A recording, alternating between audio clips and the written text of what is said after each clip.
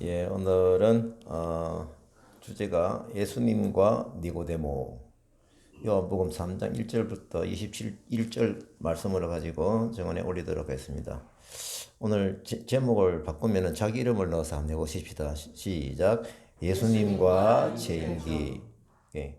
이 사만다가 있으면 특별히 사만다를 위해서 합니다. 시작. 예수님과 사만다. 예, 이 지금 만나는 거예요.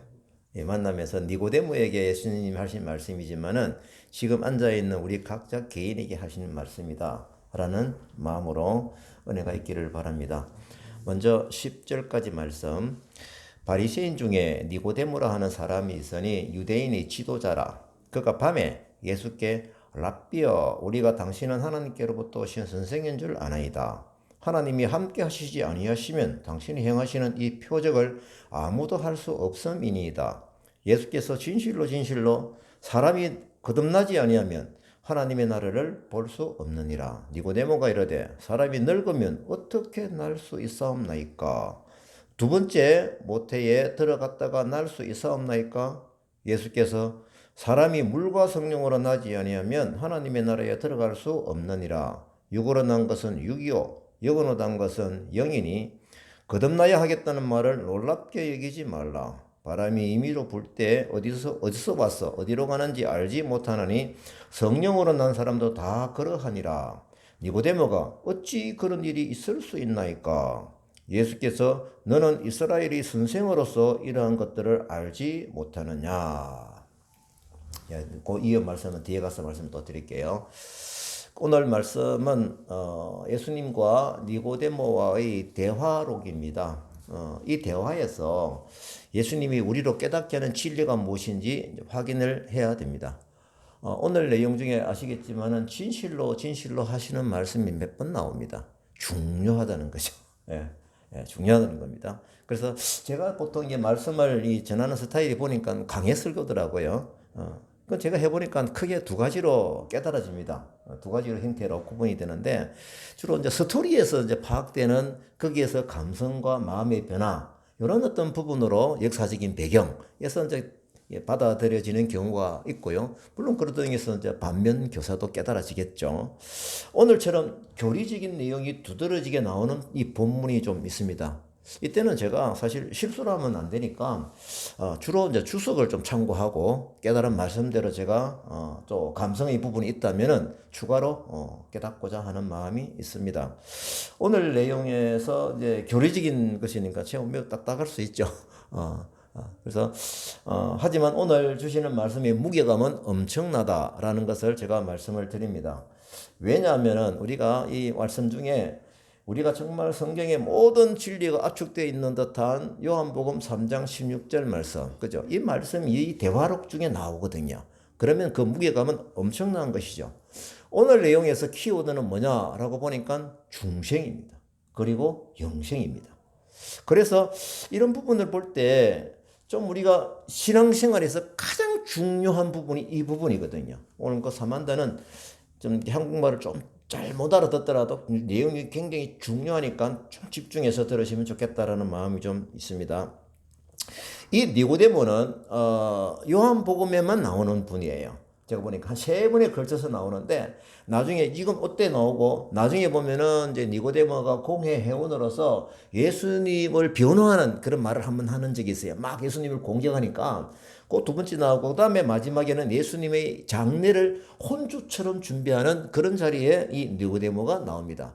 제가 보니까 갈수록 이 상황이 예수님과의 관계가 깊어져.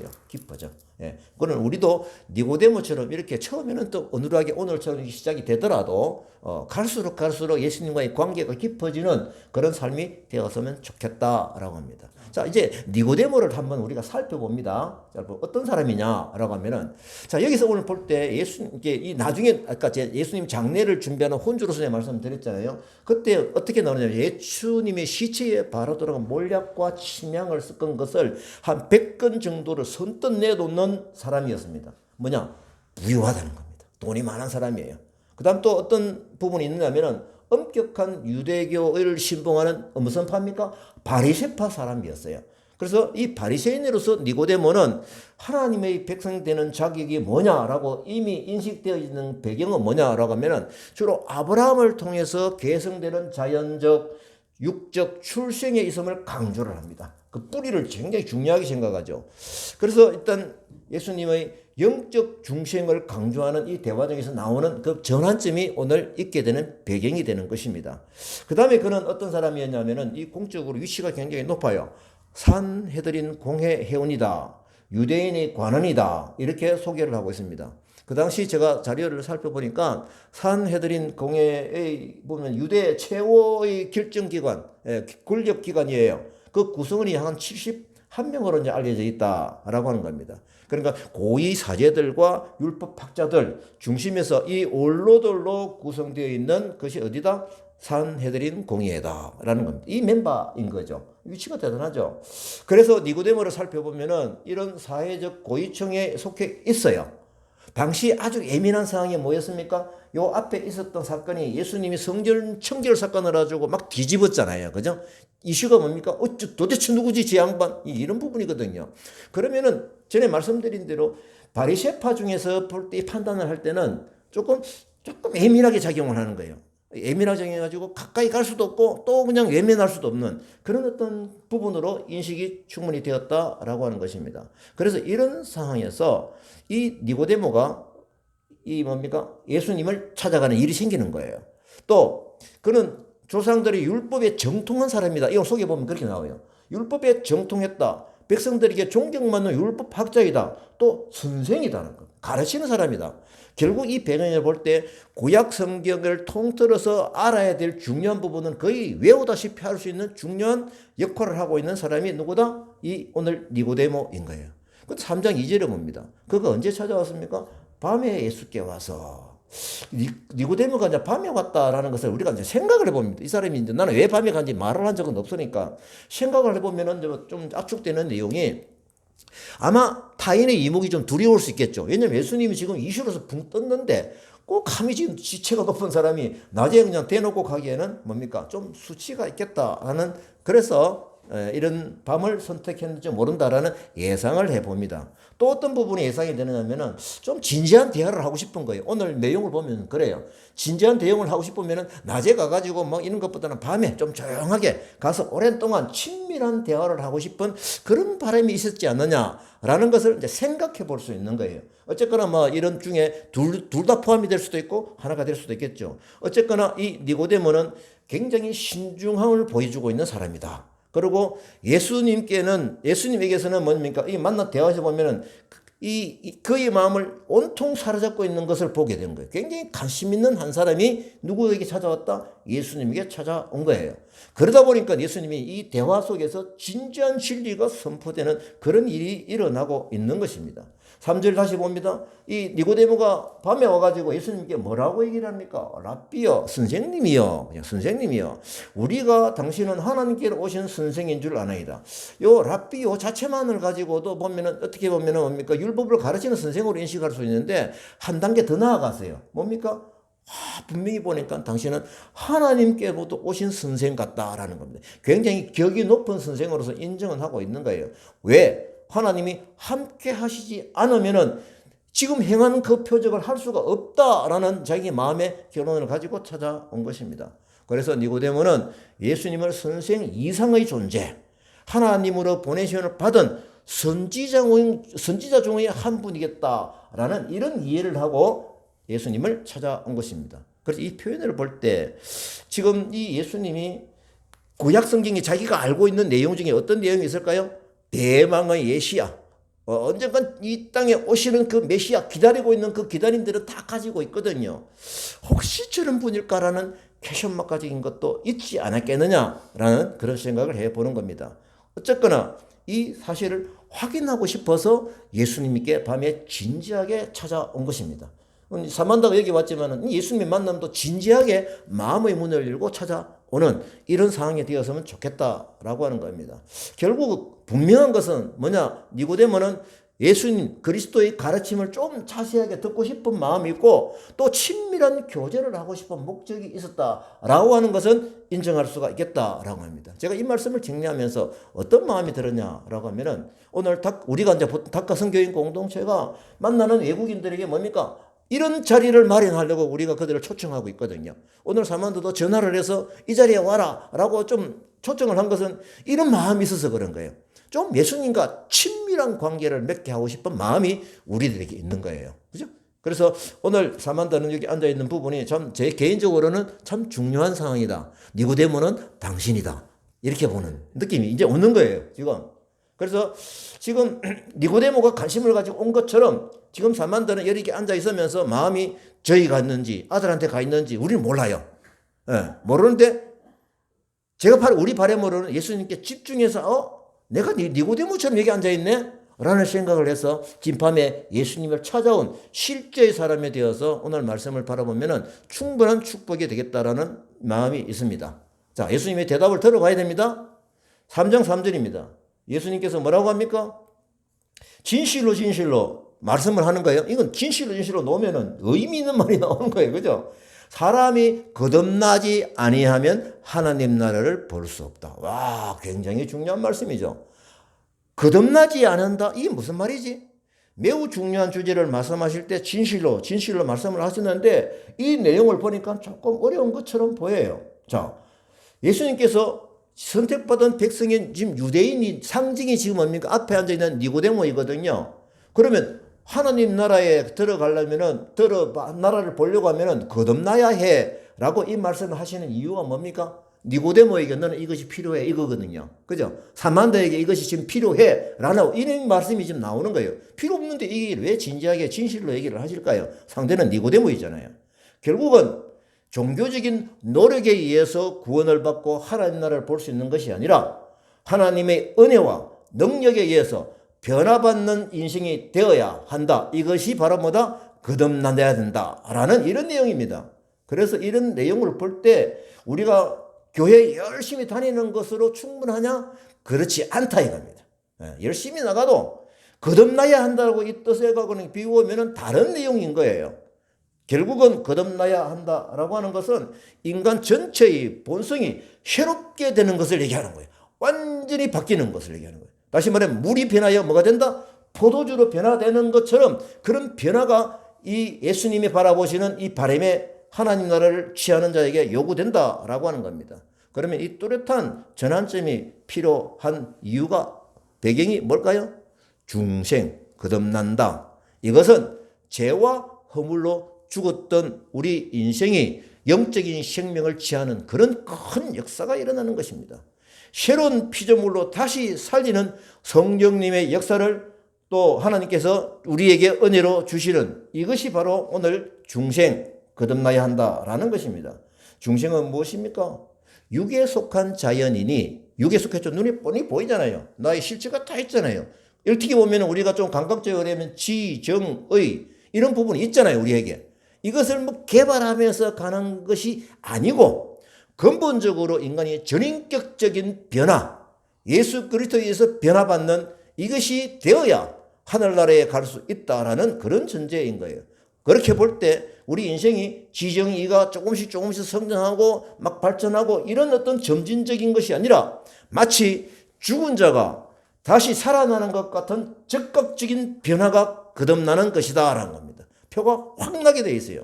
그래서 여기서 우리가 집중해야 되는 것은 하나님 나라를 볼 수 있다, 볼 수 없다 라고 하는 것이 뭐냐라고 하면은 거듭난 자가 하나님 나라를 경험하는 것이고 거듭난 자가 하나님 나라에 참여하는 것이 바로 이 하나님 나라를 볼 수 있다 이것입니다.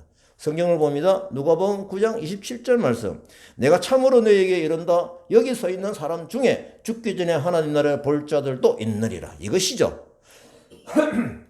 이 땅에 살면서 우리가 하나님 나라를 볼 수 있다라고 하는 것이 바로 뭐냐? 이 오늘 말씀하신 이 요구 때문에 사람이 큰 변화가 일어나는데 이것이 바로 중생이다라고 하는 것입니다. 자, 그러면은 여기서 우리가 하나님 나라에 대해서 반듯하게 이제 알아야 되는데 저 하늘나라는 어떤 곳일까? 우리 사람들은 하늘나라가 어떤 곳일까? 하나님이 말씀하시는 하나님 나라, 이거는 어떤 것일까? 한번 생각을 해보세요. 지금 깊이 한번 생각을 해보세요. 보통 사람은요, 하늘이 보통 이게 보면은 뭡니까? 새와 달이 보이는 하늘이 있고, 그걸 일청천이라고 그래요. 그 다음에 대기권, 좀 더 높은 곳에 또 하늘 또 한 층이 있고, 그 다음에 그 위에 하나님이 있는 그 하늘나라로 생각을 하는데, 이거는 잘못된 생각이라는 겁니다. 오히려 하나님의 나라는 뭡니까? 이 세상에서도 믿음으로 시작해서 매일 믿음의 계속적인 이 향상에 따라 자라나는 신령한 생명을 말하는 것이다. 관계의 회복이 하나님 나라인 것입니다. 그래서 사람이 거듭나야 이 신령한 생명을 취하는 것이다. 그래서 거듭난다라고 하는 것은 영어로 얘기하면 born again, 인격 전체의 혁신을 말하는 겁니다. 큰 변화고 순간적으로 일어나야 되는 이 변화를 하고 있습니다. 그런데 니고데모가 이것을 이해를 했습니까? 4절 보니까 이해를 잘 못했어요. 읽어봅니다. 니고데모가 이르되 사람이 늙으면 어떻게 날 수 있사옵나이까? 거듭나야 한다니까. 니고데모는 그게 뭐지? 도대체 이해가 안 되는 거예요. 그럼 내가 엄마 뱃속에 가가지고 다시 나와야 됩니까? 이 질문을 예수님에게 하고 있는 겁니다. 어떻게 보면 좀 아둔해 보이죠. 하지만 니고데모는 이 중생에 대한 어떤 결론적으로 예수님의 말씀하시는 뜻을 제대로 파악하지 못하고 있구나 라는 상태에서 깊은 의문을 가지고 있는 것입니다. 이제 예수님께서 여기에 대한 답변이 5절 말씀에 나옵니다. 뭡니까? 사람이 물과 성령으로 나지 아니하면 하나님 나라에 들어갈 수 없다. 우리가 하나님 나라에 들어가는 건 이 삶의 목적 방향이거든요. 그러면은 여기서 물과 성령으로 나지 아니하면 하나님 나라에 들어갈 수 없다. 물과 성령으로 거듭나야 하나님 나라에 들어갈 수 있다라고 하는 거거든요. 그러면 이 거듭난다라고 하는 그 구체적인 설명이 뭡니까? 여기서 성령에 대해서는 해석상 별반 어려움이 없어요. 성령으로 거듭난다 하는 것은 우리가 다 기독교인이면 다 뭔지 감이 다 잡혀요. 그런데 이제 물에 대한 것은 여러 개념으로 좀 나뉜다고 하더라고요. 주석을 제가 보니까요. 그래서 성경 여러 곳에서 이렇게 물과 성령의 세례 라고 하는 것은 이 나란히 세트로 동전의 앞면과 뒷면으로 이렇게 연결돼서 언급이 되고 있거든요. 그러면 유대인들이 생각하는 그 물로 하는 건 어떤 생활, 종교적인 습관이 있느냐라고 하면은 물은 깨끗하게 하는 상징인 거죠. 그러면 그래서 이제 희생 제사에 있어서 안 될 굉장히 중요한 요소다. 이렇게 생각을 하고 있어요. 요게 이제 종교적인 성향인데 제가 이제 이슬람 공부를 하다 어제 얘기했잖아요. 이슬람에서는 기도하기 전에 깨끗하게 물로 씻어야 된답니다. 여기에 정성이죠, 정성. 예. 이런 부분은 여기 들에 물로 한다는 게 포함이 될 수도 있겠다, 이거죠. 그래서 만약에 사막 같은 데서 물이 없는 데는 어떻게 하냐? 어떻게 한다고 그랬어요? 예, 모래로 손을 씻고. 이게 정성. 예, 예. 뭐 깨끗해지겠습니까? 결국 뭐냐면 이런 종교성이 이 결국은 뭡니까? 이슬람도 이 기독교 유대교적인 그걸 보고 이게 본따 온 거거든요. 이것이 바로 대체적으로 물이구나라는 인식을 하시면 돼요. 요걸 이제 박윤식 목사님의 해석을 제가 보니까 중생의 두 가지 다른 부분이 명확히 표현되어 있다. 이 두 가지 물과 성령이잖아요. 그럼 물은 뭐냐? 옛사람을 부인하는 것을 뜻한다. 다시 말하면 청결하고 또 성령은 뭡니까? 생명을 뜻한다. 이렇게 이제 구분을 해놨어요. 또 다른 해석은 물은 이제 자연적인 출생. 내가 육체의 몸을 입고 태어났잖아요. 이게 이제 물로 왜냐하면 성령으로 거듭난다고 하는 것은 그게 그 상태에서 다르게 생각을 한다라고 하는 겁니다. 그래서 사람은 육적인 출생뿐만 아니라 어떤 것이 필요합니까? 성령으로 말미암은 영적인 출생. 이런 이미지를 강조하고 있다. 그래서 비로소 하나님 나라에 참여하게 된다라고 하는 겁니다. 성령 세례를 통해서 중생이 이루어진다. 이렇게 우리가 이해를 하고 있는데 어쨌거나 이 말씀에서 이 물에 대한 부분에 집중하지 말고 어디에 집중하자? 성령으로 거듭나야 한다. 여기에 강조점이 있다는 것을 우리가 버리면 안 되는 겁니다. 막 물이라는 건 해석을 하고 막 토론하고 이러다가 이 중요한 부분 놓쳐버리는 거죠. 예, 예. 자, 그 다음에 6절을 봅니다. 육으로 난 것은 육이요. 영으로 난 것은 영이니. 여기서 육으로 난 것은 뭐냐라고 하면 이 땅에 있는 속한 존재, 딱 연약하고 늘 사라져갈 수밖에 없는 그 인생 그 자체를 지칭한다. 이걸 포괄적으로 표현하는 것이 육으로 난 것이다 라고 한다.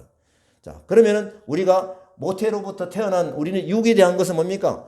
그 외에 아무것도 가지고 있는 게 없어요. 예. 육에 대한 것 외에 아무것도 없는 거예요. 이게 전부인 거예요. 그러면서 우리는 나면서부터 하늘의 생명에서 뭡니까? 우리가 포함되지 아니하고 육으로만 있다라고 하는 것은 다시 말하면 하나님의 생명의 자리에는 뭡니까? 거리가 거리가 먼다. 박탈당했고 없다라고 하는, 다시 말해 죽음의 노예가 된 채로 하나님 나라에서 추방된 상태에서 이 땅에 태어났다. 이 시작점을 우리가 잘 인식을 해야 됩니다. 그래서 이 인생의 시작점을 잘 알아야 거듭나서 중생하는 그 중요함을 확 드러나게 되는 것이죠. 그것을 받았을 때 내가 깜짝 놀라는 것을 받게 되는 것이지. 왜? 나에게 전혀 없었던 부분이기 때문에 그렇다라고 하는 겁니다. 그래서 지금 캄보디아, 어떤 스리랑카, 우리 보면 이런 부분들 다 모르고 살아온 거예요. 그 육에 속한 존재로만 살아온 것입니다. 그래서 이제는 영으로 사는 것이 무엇인지를 반듯하게 배워야 된다. 그럼 영으로 된 것이 어떤 해석을 하시느냐? 8절에 보면 나거든요. 이제 이것을 예수님께서는 우리도 하여금 이해하기 쉽게 해서 설명을 하는 거예요. 바람이 임의로 불매, 어디로 와서 어디로 가는지 알지 못하는, 그렇잖아요. 성령으로 난 사람도 다 그러하다. 자, 이 표현이 어떤 의미일까라는 겁니다. 자, 바람이 눈에 보이지 않는다. 그죠? 하지만 뭘 통해서 알 수 있다? 바람의 소리를 통해서 알 수 있고, 바람이 불면서 나무가 흔들리는 그 결과를 보가지고 그 실제성을 알 수 있다. 이거 아닙니까? 그러면은 똑같이 성령도 마찬가지다. 거듭난 사람의 구체적인 행실로 드러나는 것을 여러 가지 변화되는 것이 뭡니까? 드러나게 되어 있다라는 거예요. 눈에 보이지는 않지만, 그래서 오늘 바람과 성령으로 같은 표현으로 예수님께서 하신다라고 하는 것입니다. 또 다른 시각이 뭐냐라고 하면요, 현대의 과학을 총동원을 해도 바람이 어디서 생겨나고 또 어디로 향하는지 규정을 못한대요. 여러분 태풍 같은 거 막 방향 오다가 막 지금 저기 마음대로 가잖아요. 예측을, 전문가적인 컴퓨터를 돌려도 뭡니까? 막 그냥 예측이 어긋나는 거예요. 예.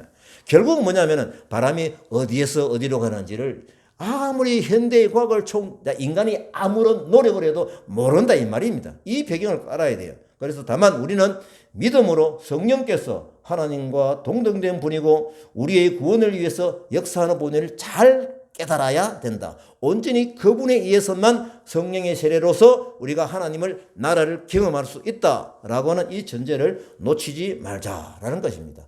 자, 이제 9절 10절을 보는데요, 니고데모가 아직까지 이해를 못했어요. 이렇게 상세한 설명을 함에도 불구하고 어찌 그런 일이 있을 수 있습니까? 라고 또 이제 질문을 하는 거예요. 그때 예수님께서 꾸짖습니다. 어떻게 꾸짖어요? 너는 이스라엘의 선생으로서 이런 것을 어찌 알지 못하느냐?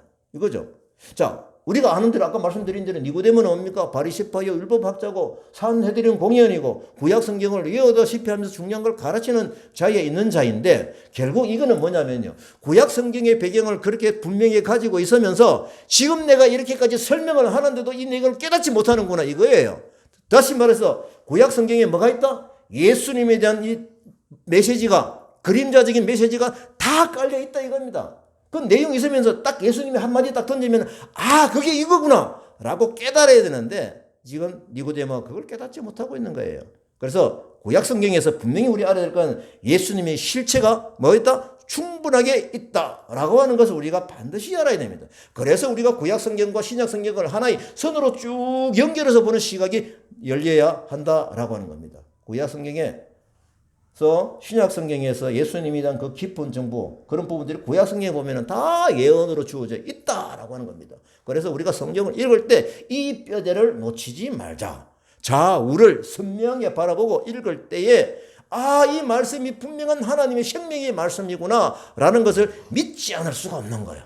예, 피할 수가 없습니다. 물과 성령으로 거듭나지 않으면 하나님 나라에 들어갈 수 없다 라고 하는 이 진리의 내용은 구약 성경 석에서도 상세한 배경이 깔려있고, 신약 성경에서도 예수님께서 실제로 보여주신 그 메시지가 있다라고 하는 것입니다. 그래서 지금 예수님은 깨닫지 못하는 니고데모에게 꾸중을 하는 것이죠. 너는 어째 구약 성경을 다 알고 있으면서 이렇게 우매한 대답을 하느냐 이거죠. 예. 자, 11절입니다. 진실로 진실로. 아, 또 중요하죠. 진실로 진실로입니다. 너에게 이른다. 우리는 아는 것을 말하고 본 것을 증언한다. 그렇죠. 증언자가 안 봤는데 증언할 수가 있습니까? 다시 말하면 증언자 입장이라고는 우리에게 요구하는 입장이죠. 예. 저도 법정에서 증언자의 자리에 선서하고 판사 앞에서 해봤습니다. 거짓말하면 네 감옥에 들어가 이거잖아요. 그리고 본 것을 말해야 되죠. 안 본 것을 말하면 안 돼요. 또 본 것인데 안 본 것처럼 해도 안 된다. 굉장히 중요한 것이죠. 그래서 우리는 이것을 말하고 본 것을 증언하노라. 그러나 너희가 우리의 증언을 받지 않는도다. 이런 불상사가 어디 있습니까? 예수를 믿는 참 신앙에 이르기까지는 무지한 어떤 유대인들 이 부분을 지금 지적하시는 거죠. 너희들이 참 우매하구나. 이 정언을 정말 받지 않는구나. 참 안타깝다. 지금 사만다도 이 말씀이 확 들어오지 않으면요 예수님이 꾸준히 있을 것이고 이 말씀이 깨달아지면은 예수님께서 나에게 은혜를 주셔서 깨닫게 하시는구나. 그 감사를 해야 하는 것입니다. 오랜 세월 동안에 이스라엘 백성들은 특히 지도자들까지 포함해서 구약 성경을 통해서 말씀하시는 하나님의 교훈을 받아들이지 않았다라고 하는 것이 여기서 지적 대상이 되는 것입니다. 예수님 당시에 유대 사람들 역시 예수님의 교훈을 결코 받아들이지 않는 그런 결과들은 우리가 많이 보았다 이겁니다. 그래서 이거는 어떻게 보면 역설적인 지적이죠. 비록 너희가 나의 가르침을 받아들이지 않지만 나의 교훈은 언제나 확실하고 영원한 것으로 남아있다라고 하는 것을 강조한다라는 겁니다. 자, 이제 11절부터 21절까지 그 다음 말씀을 제가 좀 읽고 말씀을 드리도록 하겠습니다. 먼저 11, 굵은 글씨 1절로 읽겠습니다. 내가 땅의 일을 말하여도 너희가 믿지 아니하거든. 안타까운 마음이 계속 있죠. 하물며 하늘의 일을 말하면 어떻게 믿겠느냐. 다시 말해 이것도 지난번에 하늘 땅에 있는 부모를 사랑하지 않으면서 어디 눈에 보이는 하나님을 사랑하겠네. 이런 거 뉘앙스가 같죠. 모세가 광야에서 뱀을 든 것 같이 인자도 들려 하리니 이는 그를 믿는 자마다 영생을 얻게 하리심이라. 이 모세의 광야는 구약 성경이거든요. 다시 말하면 그건 상징적인 사건이 뭡니까? 이것처럼 있다 이겁니다. 그런 내용 중에 하나의 샘플로서 예수님 이걸 딱 드러내는 것이죠. 그게 이거다. 그래서 16절 봅니다. 여기서 이제 우리가 가장 중요한 메시지가 쏟아지고 있잖아요. 하나님이 세상을 이처럼 사랑하사 독생자를 주셨으니 왜요? 제가 앞에 거 21절까지 다 있는 거 일단 보여주세요. 그 뒤에 가면 내가 말씀을 전하면서 바뀌거든요. 너무 뒤로 갔어요. 맞죠? 아니에요? 좋습니다. 그러면은 제가 일단 요 부분을 가지고 12절 말씀에 따라서 성경 돌으시기 바랍니다. 떴는데 제가 이걸 많아서 구분을 좀 해놨거든요. 그럼 차례대로 갈 테니까 12절로 다시 올라가십시오. 자, 12절을 봅니다. 내가 땅의 일을 말하여도 너희가 믿지 아니하거든 하물며 하늘의 일을 하면 어떻게 믿겠느냐. 이 해석은 상당히 좀 다양하게 제가 주소를 보니까 다양하게 좀 나와 있다 하더라고요. 그 설득적인 해석이 뭐냐라고 해서 제가 메모를 해왔습니다. 땅의 일이 뭐냐.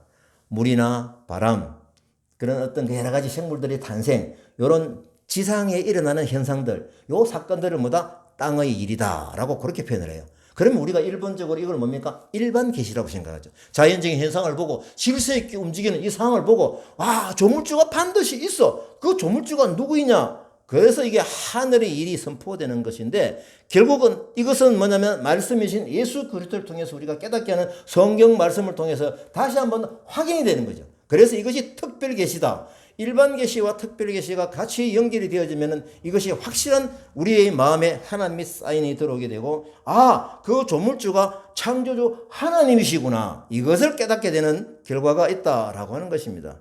그래서 우리가 이런 측면을 볼 때 구약 성경과 신약 성경을 같이 연결해서 보면은 뚜렷한 예수님의 말씀 이 비전이 어떤 것인지를 분명하게 알아지는데 이걸 깨닫지 못한다? 그는 있을 수 없는 일이고 꾸중 대상이 된다라고 하는 겁니다. 다시 한번 예수님 이 부분을 갖다 첨언해서 말씀을 전해줍니다. 13절입니다. 하늘에서 내려온 자, 곧 인자 외에는 하늘에 올라간 자가 없느니라.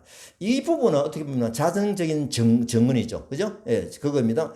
그래서 뭐냐면 하늘 일을 말할 수 있는 분은 인자 자신뿐이라고 하는 자기 증거다. 이겁니다. 그래서 여기서 우리가 성육신하신 예수님의 인성과 신성을 같이 결부해서 봐야 되는 이런 상황인 거예요.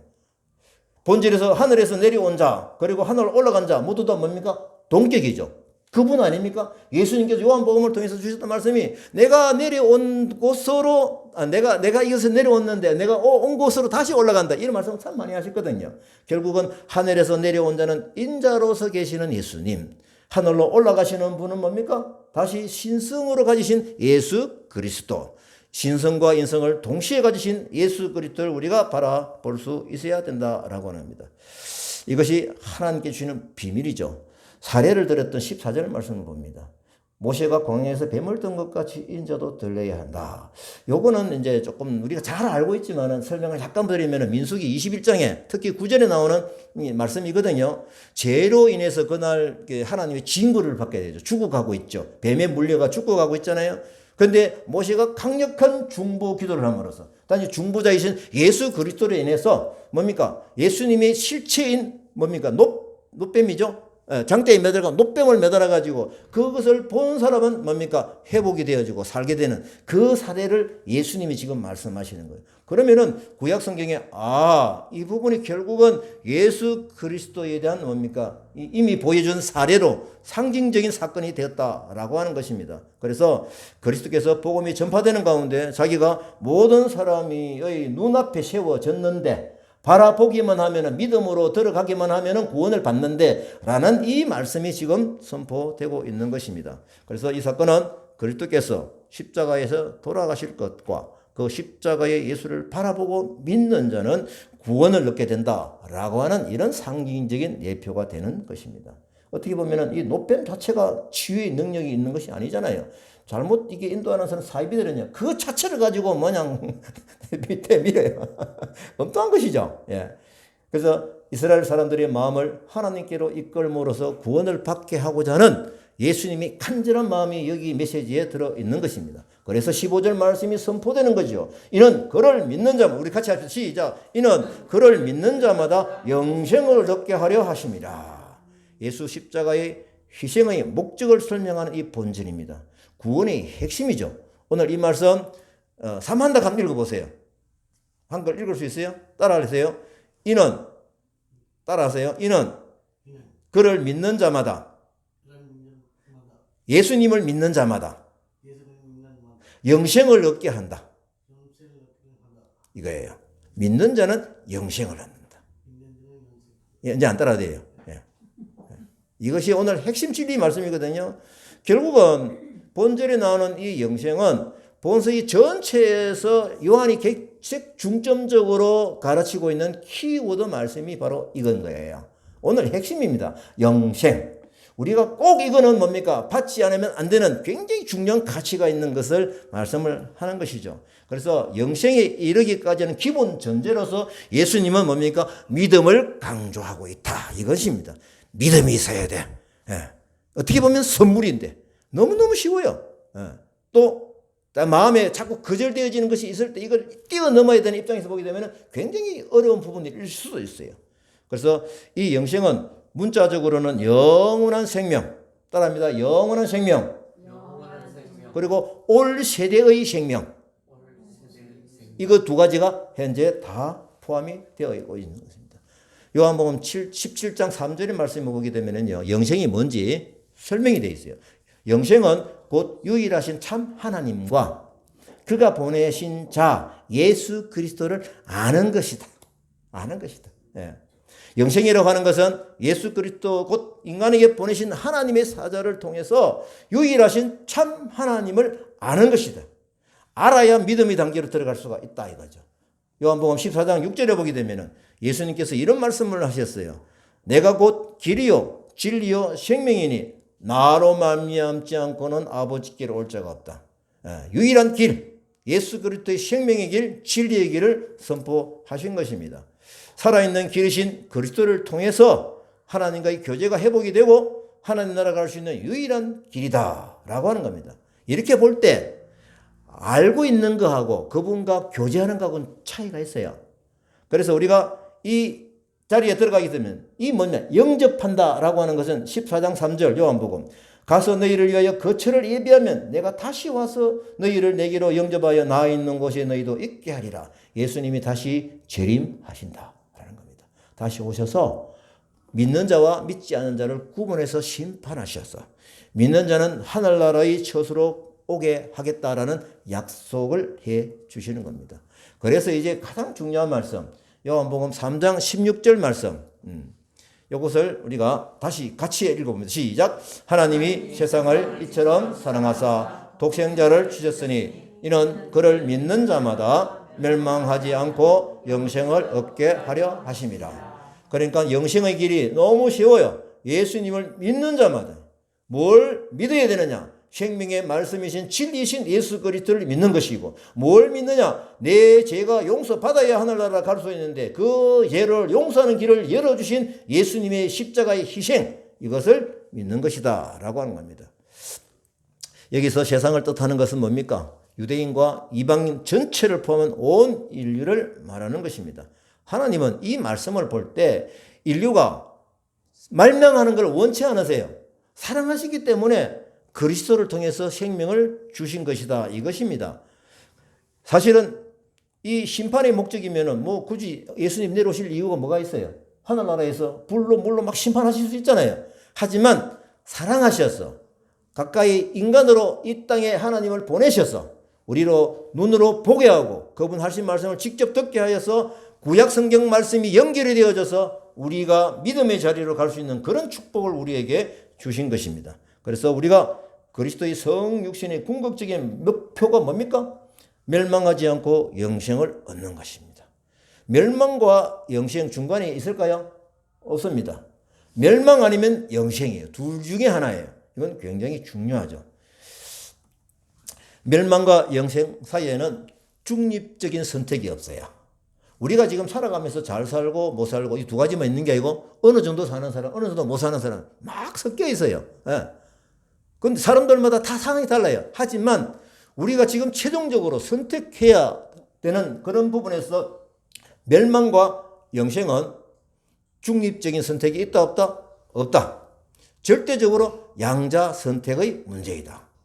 결국은 하나님의 품을 떠나서 살아가는 자들은 반드시 절망과 파멸로 치달을 수밖에 없다라고 하는 것을 이 메시지에서 깨달을 수가 있어야 합니다. 그들이 모든 수고와 노력은 뭡니까? 다 쓸데없는 거다. 결국은 예수 그리스도에 의해서만 우리가 구원을 받을 수 있다. 이 우리가 진리를 아멘으로 받아들여야 할 것입니다. 제가 이런 말씀을 볼 때 상적으로 제가 이제 어떤 게 좀 생각이 좀 되느냐면 우리가 식당에 가서 미리 돈을 막 주놔놓고 밥 먹는 경우가 있죠. 누가 이제 나를 사랑하는 사람이 야, 너 내 A라는 식당에 돈을 다 그러니까 네가 마음대로 가서 먹어. 선불로 줬잖아요, 그죠? 우리는 가가지고 밥을 이제 그냥 돈 안 줘도 돼요. 그럼 내가 갈 때 뭘 가지고 갈까? 이분이 한 말씀을 믿고 가는 거죠. 그죠? 믿고 가지고 그분이 뭡니까? 밥 먹고 뭐 어떤 걸 느낄까요? 그 너무 고맙죠. 나를 위해서 이렇게 선불로 이렇게 주셨구나. 그러면은 후불로 인해가지고 우리가 밥을 먹고 이런 사람은 어떤 마음을 당연히 가져야 돼요? 땡큐 하나님. 그죠? 감사합니다. 나를 이렇게 사랑해서 이렇게 먹거리 주셨네요. 이런 상황 가지고는 똑같이 연상이 되어지더라고요. 선불로 다 지급해놨어요. 얘가 지금 딱 태국 식당에는 지금 선불로 국수를 먹을 수 있는 자유가 언제까지 있는지 모르겠어요. 너무 고마운데 마음 조심하세요. 근데 변해도 어쩔 수가 없어요. 그게 예수님이 아니기 때문에. 왜 갑자기 이 말은 연고이 없는데 오늘 갑자기 상기하자 그 약속. 예. 정인이 좀 되어 주십시오. 정인이 좀 되어주세요. 자, 17절 말씀 봅니다. 이 똑같은 말씀이 반복이 되죠. 하나님이 그 아들을 세상에 보내신 것은 중요하길래 계속 15절도 그렇고 16절도 그렇고 17절도 똑같은 말씀이 반복되는 거예요. 세상을 심판하시면, 그죠? 심판하는 목적이 아니다. 뭐예요? 그로 말미암아 세상을 구원받게 하려 한다. 그래서 하나님이 세상을 어떻게 했다? 이처럼 사랑하사. 이건 거예요. 심판, 아까 말씀드린 심판의 목적이라면 뭐 그냥 위에서 그냥 말하는 사람 다 잘라내면 되잖아요. 3장 18절 뭡니다. 저를 믿는 자는 지금 계속 똑같은 말씀이 반복되고 있어요. 진실로 그러면서 이 중요한 대화가 계속 쏟아지고 있는 거예요. 저를 믿는 자는 심판을 받지 아니하는 것이요. 3번 잘 들으세요. 믿는 자는 심판을 받지 않는데요. 이게 뭐냐면 멸망으로 심판이 갖지 않는다 이 말이에요. 천국 간다 이 말이에요. 믿지 아니한 자는 벌써 심판을 받아. 이미 죽은 인생이라는 거야. 이미 벌써 심판받은 상태라는 거예요. 그리스도 안에 있는 생명을 거절하는 모든 사람에게는 사망 외에 남은 것이 없다. 다시 한번 강조하는 거죠. 생명은 믿음에만 존재하는 것이기 때문이다. 예수님께서는 마지막 날 재림하실 때 반드시 죽은 자와 산 자를 이 구분하셔가지고 천국 가느냐 지옥 가느냐 둘 중에 하나인 거예요. 중간이 없어요. 지옥은 우리가 성경을 보게 되면 절대 가서는 안 되는 곳이에요. 자살을 하려 해도 자살할 수가 없어. 고통만 당해. 오늘도 고통이고 내일도 고통이고 영원한 고통이 있는 곳이 바로 그거예요. 우리가 병원에 가가지고요, 치료하면서 막 지금 막 수술하고 막 고통스러워도 우리가 옆에서 바라볼 때, 조금만 지나면은 회복이 돼. 희망이 있으니까 견디는 거예요. 희망이 있으니까. 근데 만약에 그런 희망이 없다 생각해 보세요. 이런 아픈 고통 속에서 더 하면 더 했지, 덜 하지 아니하고 죽어가야 한다 할 때는 얼마나 절망적이냐 이거죠. 그 절망적인 것이 어디에 있다? 바로 지옥에서 일어나는 그런 절대 가서는 안 돼. 무조건 우리가 천국 가야 돼. 그래서 사만드는 정말 축복이에요. 이 가까이에 걸어서 5분 안에 여기 올 수 있는 곳에 우리가 초청하고 이제 자발적으로 오시길 바래요. 말 다 알아듣잖아요. 그죠? 자발적으로 일찍이 알람 올려가지고 맞다. 예? 예. 이것이 있는데 어떻게 이걸 보지 못하느냐. 오늘 이 말씀을 깨닫기 바랍니다. 그래서 예수님의 초림 목적을 말할진대는 심판보다 어디에 더 집중이 되어 있다? 구원하는 데 더 집중되어 있어. 이 기회를 줌에도 불구하고 멀리하고 외면하고 그냥 그 죄 가운데 살아가는 인생은 결국은 심판을 받아서 지옥에 가게 된다. 항의는 하나님의 공의로운 심판과 자비로운 용서와 구원은 동전의 양면과 같아요. 이거 아니면 적은 거예요. 이 양절을 엄밀하게 확인을 하고 선택을 해야 되는 거예요. 하나님의 은혜에 대해 반응하는 그런 인간적인 태도에 따른 결과가 반드시 주어질 것이다. 반드시. 심판이 주목적이 아닌 것을 하나님의 사랑으로 깨닫고 그 사랑 안에 초청 우리가 응하는 인생이 되면 좋겠습니다. 19절 20절 말씀 봅니다. 그 정죄는 이것이 곧 빛이 세상에 왔을 때 어두운 사람들의 특징입니다. 보세요. 빛이 세상에 왔는데 사람들이 자기 행위가 악하기 때문에 빛보다 어둠을 더 사랑하는 것이다. 악을 행하는 자마다 빛을 미워하여 빛으로 오지 않으니 이는 그 행위가 드러날까 합니다. 제가 이 말씀을 읽을 때 지금 상징적으로 탁 떠오르는 벌레가 있어요. 뭐예요? 바퀴벌레. 이놈들은요, 닦아가지고 불 켜면은 막 쏜살같이 들어갑니까? 어둠으로 들어가. 하여튼 그거 생각하면은 이 어둠이, 왜냐하면 자기 어둠을 좋아서 갈까요? 빛이 거절하는 거, 빛을 거절하는 거죠. 그래서 빛보다 어둠을 더 사랑하는 것, 이런 거 볼 때 바퀴벌레를 보면 그러면 내가 뭡니까? 예수 그리스도의 빛에 들어가지 않고 어둠에 계속 있는 사람은 어떤 사람과 같다? 저는 바퀴벌레와 같은 인생이다. 그렇게 되지 마십시다. 그래서 저는 이 내용을 보면서 저는 무엇을 깨닫냐? 19절 20절 빛이 분명히 왔고 알 수 있도록 사랑으로 계속 다가가는데 왜 예민할까? 이겁니다. 그것은 사탄의 지배력입니다. 사탄의 파워죠. 그래서 우리가 이 사인의 빛이 뭐냐라고 하면 유일한 빛이고 참 빛인 그리스도의 자신인데 이 빛의 존재를 인정하는 것보다도 그 빛을 자기 것을 받아들이지 아니하고 이게 거절하는 그런 인생, 얼마나 비참한 인생이 될까요? 그러면 빛과 반대되는 완전한 어둠, 하나님과 단절된 영적인 죽음 상태, 이것을 원하느냐라고 하는 것입니다. 하나님은 빛보다 어둠에 있기를 원하는 그런 하나님과 단절된 살고 있는 인생을 선명하게 지적을 하고 있습니다. 이거냐 저것이냐 선택을 하여라. 말씀으로 주신 거예요. 제가 사탄의 영향력을 볼 때요, 요즘 참 크게 깨닫는 것이 많아요. 왜 이렇게 크게 지배로 악한 대로 계속 추구하고 갈까? 더 적극적으로, 더 막 능동적으로 나와요. 우리 뉴스에 보면 막 나오잖아요. 그죠? 잘못된 법이 뻔히 보이는데 뭡니까? 동성애 이 부분을 다르게 막 그냥 만들어가지고 우리가 동성애를 기독교의 사랑으로 충분히 사랑해가지고 그들을 뭡니까? 품을 수 있죠. 그걸 강조하지 아니하고 법잣대로 만들어가지고 결국은 이 부분에 대해서 말도 하지 못하게 만드는. 그래서 지금 우리 교단의 총회장님들이요, 국회 앞에 가서 지금 총회장님들입니다. 지금 어제도 보니까 우리 교단의 총회장님도 1인 시위를 하고 있어요. 제가 메시지를 들어봐야 됩니다. 들어보면 뚜렷한 그 내용이 나와요. 제가 이제 그 다음 영상을 왜 이 사탄이 이런 부분이 우리나라를 지배하고 있는지 그 결과를 제가 얼마 전에 누가 영상을 보내주는데 제가 다 이거구나. 악한 세력이 여기 추구하는 결과가 여기 있는 거예요. 영상을 한번 봅니다. 밑에 있습니다. 화살표. 밑에 화살표 보면 돼요. 밑에 화살표.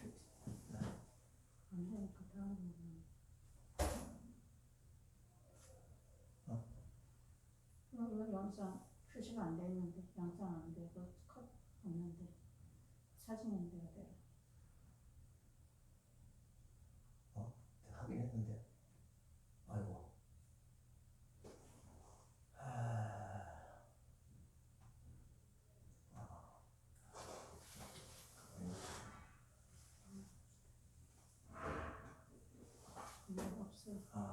이 표시가 나야 되는데. 여기 때는 났는데 아까 볼 때는 아이가 복사되면서 못했는지.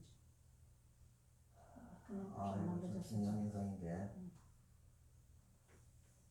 아 죄송합니다. 이게 지금 제가 쪽에서 영상을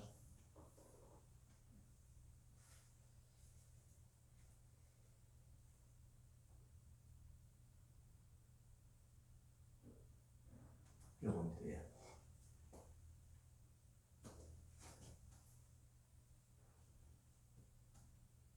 하나가 영상 요거 보세요. 안되나? 아닌데 이거 아닌데요. 이거 아니라 그건가? 두분 클릭. 잠깐. 이제 나오네.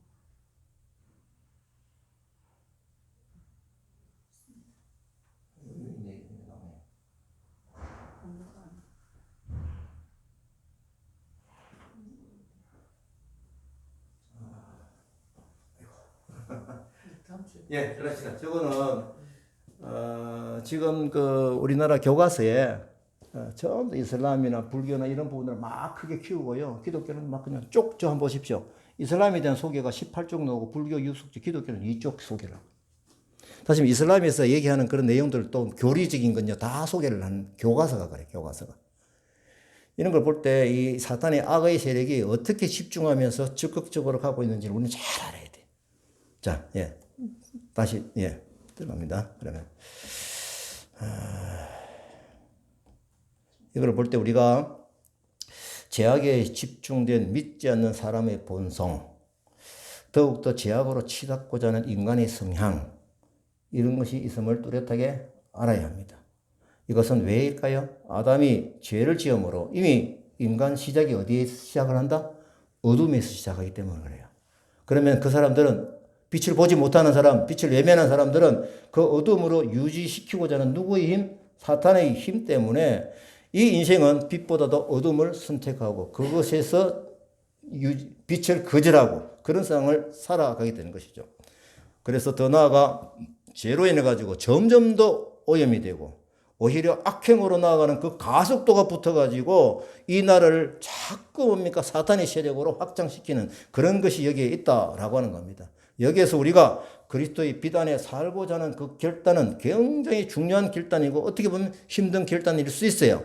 그러면 무엇이 필요할까요? 우리 외국인 근로자들에게 이걸 기대하고 할 때는 어떻게 해야 됩니까? 엄청난 중보 기도의 힘이 필요하다. 이걸 제가 오늘 말씀을 드리고 싶은 거예요. 그래서 예수님께서 다음 말씀을 약속해 주신 거 있거든요. 18장 18절 마태복음 성경 볼 수 있습니까? 예. 이 말씀을 믿고 우리가 기도하는 겁니다. 여기서 배경은 뭡니까? 이들에게 지금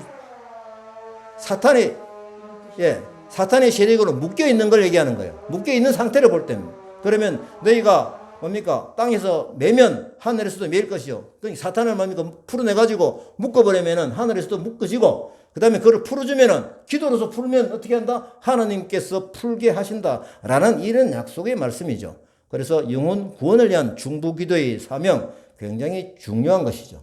21절 봅니다. 진리를 따르는 자는 빛으로 오나니 이런 행위가 이는 그 행위가 하나님 안에서 행한 것임을 나타내려 함이라 하시라. 이거는 이제 그 반대로 믿는 자들에게 진리 안에서 행하여야 하는 그 기준을 말씀하는 것이죠. 여기서 우리가 조심해야 될 것은 뭐냐면은 단순히 그리스도를 믿는 자가 아니라 그 신앙의 열매를 맺는 자입니다. 이게 나와야 돼요. 그냥 교회 나가지고 기독교인의 멤버로서 있는 것이 아니라 이런 행실의 결과가 뭐냐라고 하는 것이 드러나야 진실된 하나님의 바람이 여기에 드러날 것이다 라고 하는 겁니다. 그래서 앞에서 제가 말씀드린 대로 빛의 존재를 인정하는 것하고 그 빛을 자기 것으로 받아들이는 것은 별개의 문제죠. 다른 문제입니다.